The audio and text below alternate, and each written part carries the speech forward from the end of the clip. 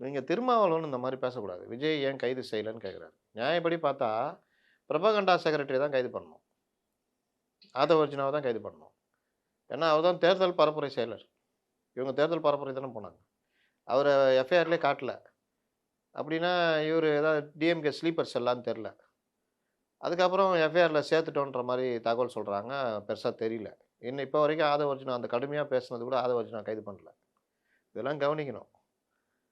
அவர் சாதாரணமா தான் ஜாலியா சுத்திட்டு இருக்காரு. அவரு கடுமையான ஒரு இத பண்ண சைபர் கிரைம்லாம் வழக்கு பதிவு பண்ணாங்க. கைது பண்ணவன கைது பண்ணல. அப்போ திருமாவளவன் போன்றவர்கள் விஜய்யை கார்னர் பண்றாங்க. இந்த மாரி நீங்க அடிச்சு, அடிச்சு கார்னர் பண்ணீங்கன்னா, அவரு எங்க ஓடுவாரு? என்ன பெரிய ஒரு அரசியல் அனுபவம், துணிச்சல் உள்ளவரா அவரு? அப்ப அவரு ஒரு இப்ப தான் புதுசா வந்திருக்காரு. இதெல்லாம் அவர் வாழ்க்கையில இப்ப தான் பார்க்குறாரு. அவரு மேடையில அ "சிஎம் அவர்களே, சிஎம் சார்" அப்படின்னு பேசினவரு, நேத்து பேசின தொனி பார்த்தீங்களா?